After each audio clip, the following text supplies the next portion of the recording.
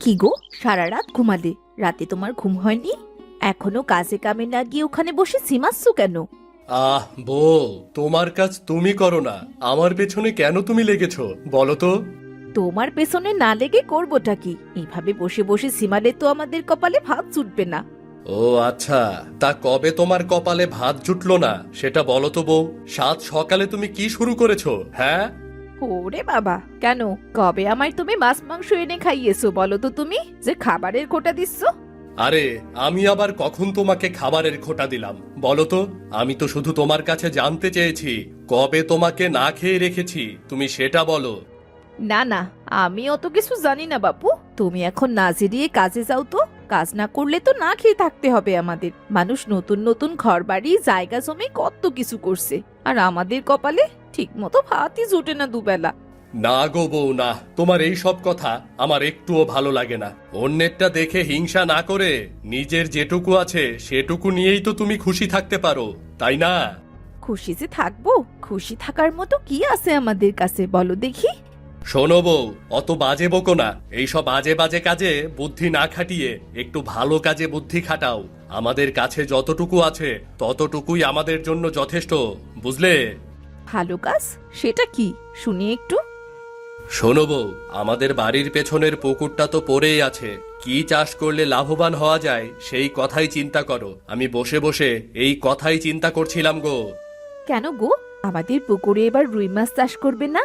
না গো বউ, রুই মাছ চাষ করে তেমন একটা লাভ হচ্ছে না, তাই ভাবছি পুকুরে অন্য কি মাছ চাষ করা যায় সেটাই আমি ভাবছি। তা কিছু ভেবেছো কি মাছ চাষ করবে? ভাবার সময় কোথায় দিলে তুমি?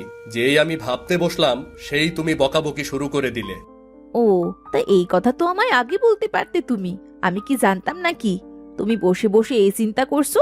শোনো বউ, এখন একটু ভেবে দেখো কি করলে ভালো হয়। ওগো, এবার চিংড়ি মাছের অনেক দাম। বাজারে গিয়ে চিংড়ি মাছের গায়ে তো হাতই দেওয়া যায় না। তাহলে এবার তুমি না হয় চিংড়ি মাছই চাষ করো। হ্যাঁ বউ, বুদ্ধিটাও ভালো, আর চিংড়ি মাছ চাষ করা তো সহজ। হ্যাঁ গো, আমি জানি। শোনো, একটু বুদ্ধি করে চাষ করলেই হবে।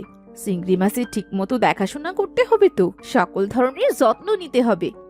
হ্যাঁ গো বউ, কথাগুলো তো তুমি ঠিকই বলেছ, কিন্তু আমাদের এই গ্রামে কেউই তো চিংড়ি চাষ করে না, তাই একটু ভয় পাচ্ছি আর কি। ওগো, ভয় পেলে চলবে না। একটু চেষ্টা করে দেখোই না। তুমি যদি সফল হও তাহলে তো আমাদের ভাগ্যই বদলে যাবে।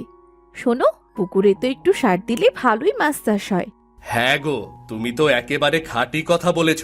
আমাদের তো সার আছে। রুই মাছ চাষ করার সময় যে সারগুলো দিতাম ওগুলোই দিতে হবে। তাহলে আমি এক্ষুনি কিছু চিংড়ি মাছ কিনে আনবো, কেমন? ঠিক আছে, যাও তাহলে। বাজারের ভালো চিংড়ি মাছগুলো কিনে এনো কিন্তু।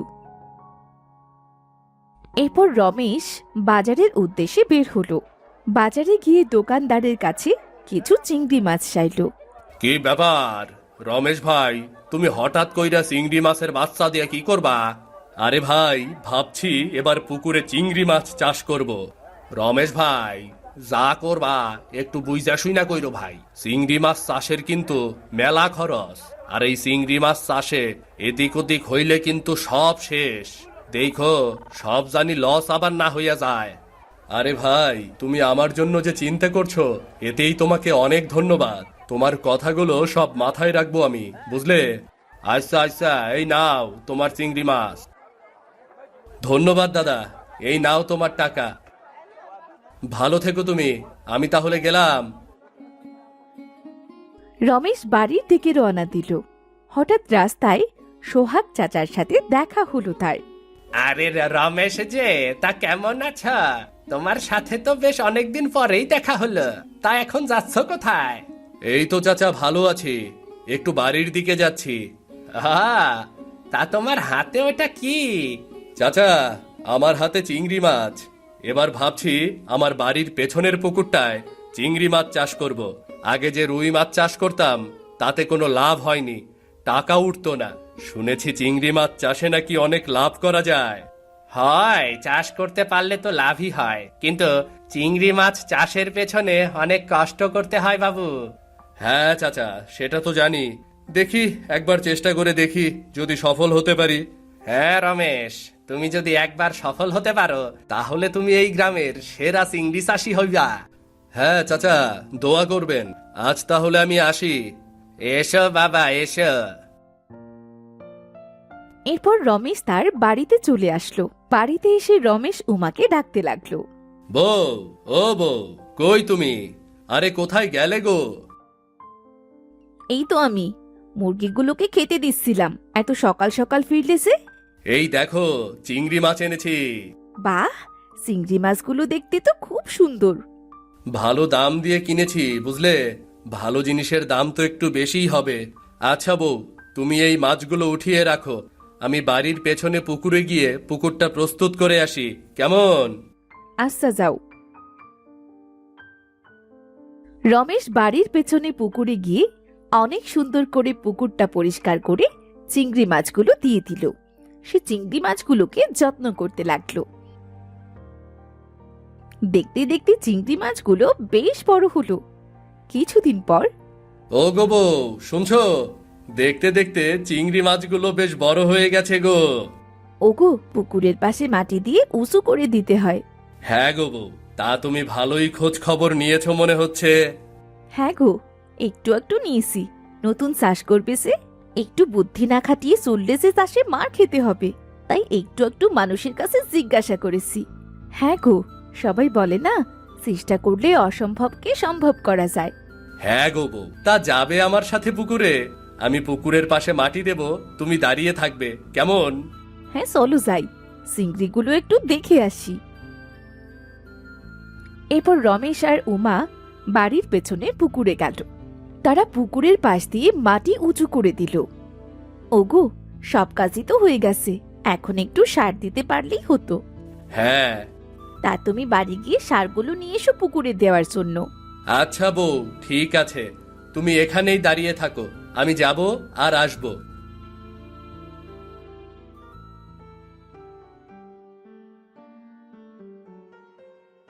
রমেশ বাড়ি থেকে সারগুলো নিয়ে এসে পুকুরে সার দিতে লাগলো। তারা দুজনে চিংড়ি মাছগুলোকে খুব যত্ন করত। পরের দিন বাহ, আমার চিংড়ি মাছগুলো তো দেখতে বেশ সুন্দর হয়েছে। বাহ বাহ। কিরে রমেশ, এত মনোযোগ দিয়ে কি দেখছিস তুই? কি আর দেখবো রে, আমার চিংড়ি মাছগুলোকে দেখছি, বেশ বড় হয়েছে দেখতে দেখতে। এই চিংড়ি মাছ চাষে খুব পরিশ্রম করেছিস রে তুই, আর ওগুলো খুব দ্রুত বড় হয়েছে রে। তা বলতে পারিস, কাল দেখি পুকুরে আরো সার দেব। হ্যাঁ রে, এটা খুব ভালো বুদ্ধি রে, বেশ ভালো কাজে দেবে কিন্তু। রমেশ সাগরের সাথে কথা শেষ করে বাড়ি ফিরে এলো। কি গো, বাড়ি ফিরে এলে যে? হ্যাঁ, তা তো এলাম। তা আমাদের চিংড়ি মাছের কি খবর গো? বউ, চিংড়ি মাছগুলো বেশ বড় হয়েছে। এইভাবে বাড়তে থাকলে কিছুদিনের মধ্যেই চিংড়ি মাছগুলো বাজারে বিক্রি করতে পারবো। হুমা, তাই বুঝি? তুমি সত্যি বলছো? হ্যাঁ গো বউ, হ্যাঁ হ্যাঁ, আমি সত্যিই বলছি। তারপরেও আগে থেকে কিছু বলা যাবে না, কখন না আবার কি হয় সেটা কে জানে। ওগো, ভালো চিন্তা ভাবনা করে দেখো, ভালোই হবে। চলো কটা খেয়ে একটু বিশ্রাম নাও, তুমি সারাদিন অনেক পরিশ্রম করছো। হ্যাঁ গো বউ, চলো, শরীরটা কেমন জানি আর চলছে না, চলো চলো চলো।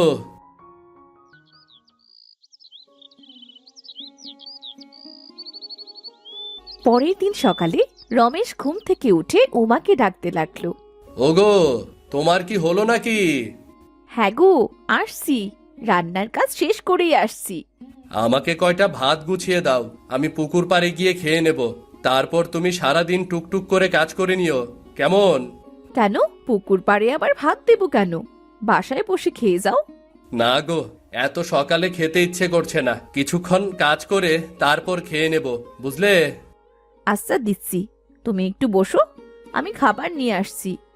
আচ্ছা আচ্ছা। এই নাও তোমার খাবার, সময় মতো খেয়ে নিও কিন্তু। আচ্ছা গো বউ, গেলাম তাহলে। এই বলে রমেশ পুকুরের উদ্দেশ্যে রওনা দিল। পুকুর পাড়ে গিয়ে চিংড়ি মাছের অবস্থা দেখে তার তো মাথায় হাত। রমেশের সব চিংড়ি মাছ মরে পড়ে আছে, একটা চিংড়িও ভালো নেই। হায় হায়, এ কি সর্বনাশ হলো আবার! আমার এত সুন্দর চিংড়ি মাছগুলো এ আবার কি ক্ষতি হলো গো সৃষ্টিকর্তা, এখন আমি কি করব? আবার সব টাকা পয়সা তো আমি চিংড়ি মাছ চাষের পেছনে লাগিয়েছি, এখন আবার কি হবে? ঠিক তখনই পাশ দিয়ে যাচ্ছিল এক বৃদ্ধ। সে রমেশের কান্না দেখে বলতে লাগলো, কি রে বাবা, কি হয়েছে তোর? এমন করে কাঁদছিস কেন? বল আমাকে। কি আর বলবো বলুন, আমার সব শেষ হয়ে গেছে। নিজের কাছে যা পুঁজি ছিল তা সব দিয়ে চিংড়ি মাছ চাষ করছিলাম, কিন্তু আজ এসে দেখি আমার সব চিংড়ি মাছগুলো মারা গেছে। দেখে তো মনে হচ্ছে তোর চিংড়ি মাছগুলো শাকচুন্নিতে খেয়ে ফেলেছে। শাকচুন্নি? শাকচুন্নি কোথা থেকে আসলো? হ্যাঁ রে, এ যে সে শাকচুন্নি নয়, এ হচ্ছে রাক্ষসী শাকচুন্নি, বুঝলি রে? এ ধ্বংস করে দেয়, সবকিছু ধ্বংস করে দেয়। না না বাবা, এমন করে বলবেন না। ধ্বংস হয়ে গেলে তো আমি নিঃস্ব হয়ে যাব। আমার এই চিংড়ি মাছের পেছনে আমি আর আমার বউ কষ্ট করেছি, আমাদের যা পুঁজি ছিল সবকিছু লাগিয়ে দিয়েছে এখানে। বাবা, এর থেকে কি বাঁচার কোনো উপায় নেই? হ্যাঁ রে বাবা, আছে, কিন্তু সে পথ অনেক কঠিন হবে রে বাবা। রাক্ষসের শাকচুন্নিকে আহ্বান করতে হবে। যদি তারা আমাদের আহ্বানে সাড়া দেয়, তারপরেই কিছু হতে পারে। বাবা, বাবা, আপনার কি হলো? হায় হায়, এখন আমি কি করব? এনার আবার কি হলো? রমেশ এই বলে পুকুর থেকে পানি নিয়ে বৃদ্ধ লোকটার মুখে ছেটাতে লাগলো। কিছুক্ষণ পর বৃদ্ধ লোকটার জ্ঞান ফিরে আসলো। এখন কি আপনি ঠিক আছেন বাবা? হ্যাঁ রে বাবা, আমি একদমই ঠিক আছি। তোকে অনেক অনেক ধন্যবাদ, তুই আমার প্রাণ বাঁচালি। বাবা, আপনার কি হয়েছিল যে আপনি উপর হয়ে বেহুশ হয়ে পড়লেন? বাবা, আমি এক সাধু, আমার এই পৃথিবীতে কেউ নেই। গ্রামে গ্রামে ঘুরাই আমার কাজ। ঠিক মতো খাওয়া দাওয়া হয় না আজ কটা দিন ধরে, কিছুই খাই না, তাই হয়তো মাথা ঘুরে পড়ে গিয়েছিলাম। রমেশ এই কথা শুনে রমেশের আনা খাবারগুলো বৃদ্ধ লোকটাকে দিয়ে দিল। আচ্ছা বাবা, আপনি এখানে বসে এই খাবারগুলো খেয়ে নিন।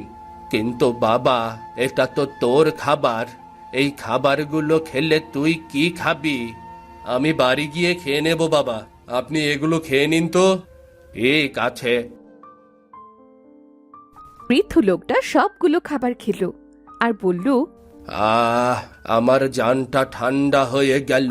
তুমি আমাকে পেট ভরে খাওয়ালে, আমিও তোমাকে সাহায্য করার চেষ্টা করব। কিন্তু কিভাবে বাবা? চলো, আমরা তোমার পুকুরের এক পাশে বসে শাকচুন্নিকে ডাকি, দেখি ওরা আসে নাকি। ঠিক আছে বাবা, তবে তাই চলুন। রমেশ আর বৃদ্ধ লোকটি রমেশের পুকুরের এক পাশে বসলো। বসে বৃদ্ধ তার থলে থেকে একটি প্রদীপ বের করে ওটাকে জ্বালিয়ে রাক্ষসী শাকচুন্নিদের আহ্বান করলো। সেই আহ্বান পৌঁছে গেল রাক্ষসী শাকচুন্নিদের কানে। কে কে রে, এই সাত সকালে আমায় ডাকতে শুরু করলো? সারা রাত কাজ করে মাত্রই তো ঘুমুলাম, আর এখনই সব জ্বালা। আর ভাল লাগছে না, গিয়ে দেখি তো কে ডাকে। ওই দেখো, রাক্ষসী শাকচুন্নি চলে এসেছে। কোনো একটা রাস্তা বের ঠিকই হবে। এই অসময়ে আমায় ডাকছো কেন? কি হয়েছেটা কি? হ্যাঁ, আহা, এত রাগ করছো কেন? যা বলবে তা জলদি জলদি বলো, এত কথা বলার সময় নেই আমার। তোমরা এই পুকুর পাড়ে থাকো, তা এই পুকুর পাড়ের মালিকের এত সর্বনাশ কেন করলে তোমরা বলো? পুকুরে চিংড়ি মাছগুলো খেয়ে ফেলছো কেন তোমরা? আমাদের তো খিদে লাগে, তাই তো আমরা এই পুকুর থেকে চিংড়িগুলো খেয়েছি। তোমরা জানো এই পুকুরে চিংড়িগুলো চাষ করতে কত কষ্ট হয়? তোমরা কি জানো কত টাকা খরচ হয়? সেটা কি তোমাদের ধারণা আছে? এত খালি নিজের চিন্তা করো, পুকুরের মালিকের চিন্তাও একটু করো। তোমরাও তো সব সময় নিজেদের নিয়ে চিন্তা করো। তোমরা তো কখনোই আমাদের নিয়ে চিন্তা করো না। আমরা খাবো কি খাবো না, কোথায় থাকবো, কোনো চিন্তাই করো না। তাহলে আমরা কেন করব তোমাদের চিন্তা? হ্যাঁ, আমরা কিভাবে তোমাদের চিন্তা করব বলো? আমরা কি খাবো সেটার ব্যবস্থা করে দাও, তাহলে আমরা তোমাদের খাবার আর খাবো না। আচ্ছা, আমি যদি তোমাদের খাবার দেই তাহলে তোমরা কি আমার চিংড়ি মাছগুলো আবার খাবে? খাবে না তো আবার? না না না না না, তোমরা যদি আমাদের সাহায্য করো তাহলে তোমাদের আমরা কেন ক্ষতি করব? না না, শুধু কথা বললেই হবে না, আমাদের কথা দিতে হবে। তোমরা এই পুকুরের আর ক্ষতি করবে না, কেমন? হ্যাঁ, আমি কথা দিলাম, তোমরা যদি আমাদের খাবার দাও তবে আমরা তোমাদের কোনো ক্ষতি করব না, বরং আমরা তোমাদের সাহায্য করব। আমরা আমাদের জাদু দিয়ে তোমার যে মাছগুলোর ক্ষতি হয়েছে, যে মাছগুলো মারা গেছে, ওই সমান মাছ তোমাদের দিয়ে দেব। তোমরা একটা জায়গা দেখিয়ে রাখো, কেমন? আমি প্রতিদিন ওইখানে খাবার দেব। ঠিক আছে, তুমি তোমার কথা রেখো, আমরাও আমাদের কথা রাখবো। এখন তাহলে গেলাম আমি। বাবা, আপনাকে অনেক অনেক ধন্যবাদ। আপনি আমার অনেক বড় উপকার করলেন। বাবা, আমি যাই তাহলে। রাক্ষসী শাকচুন্নির জন্য খাবার আনতে হবে যে। ঠিক আছে, যাও তাহলে, আমি এখন আসি। বেঁচে থাকলে আবার দেখা হবে।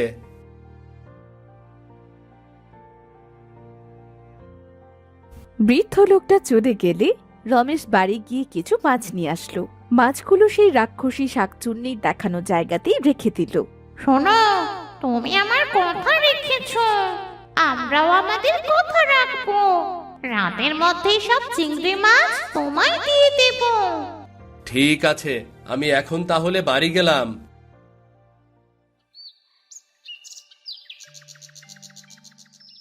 রাতে রাক্ষসী শাকচুন্নিরা চিংড়ি মাছ পুকুরে দিয়ে দিল। পরের দিন বাহ, রাক্ষসী শাকচুন্নিরা কথা রেখেছে। হ্যাঁ, তুমি যদি প্রতিদিন আমাদের খাবার দাও তাহলে আমরা তোমাদের পুকুরের চিংড়ি মাছ খাবো না। তুমি যদি এই চিংড়ি মাছগুলো ভালোভাবে পরিচর্যা করো তাহলে তোমার অনেক ভালো হবে। ঠিক আছে। এইভাবে রমেশ দিনরাত চিংড়ি মাছের পরিচর্যা করতে লাগলো। আরে রমেশ, তোমার চিংড়ি চাষ তো ভালোই হয়েছে, অনেক ভালোই চিংড়ি হয়েছে। আমি আমার বয়সে কখনো দেখিনি। তুমি আমাদের গ্রামের সফল চিংড়ি চাষি গো। চাচা, দোয়া করবেন আমাকে, নিজে সফল হয়ে যেন অসহায় মানুষের পাশে দাঁড়াতে পারি। আচ্ছা, আমি তাহলে আসি আজ। চিংড়ি মাছের দেখাশোনা করো। আমি বরং কিছু চিংড়ি মাছ তুলে হাটে বিক্রি করে আসি। রমেশ চিংড়ি মাছগুলো তুলে হাটে নিয়ে বিক্রি করতে নিয়ে গেল। সে হাটে বেশ কিছু টাকার চিংড়ি মাছ বিক্রি করলো। বাহ, একসাথে এতগুলো টাকা তো আমি জীবনে দেখিনি। বউ দেখলে আনন্দে নেচে উঠবে। যাই, বাড়ি ফিরে যাই।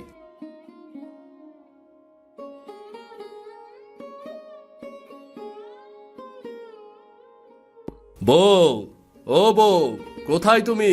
এদিকে এসো। কি গো, কি হলো?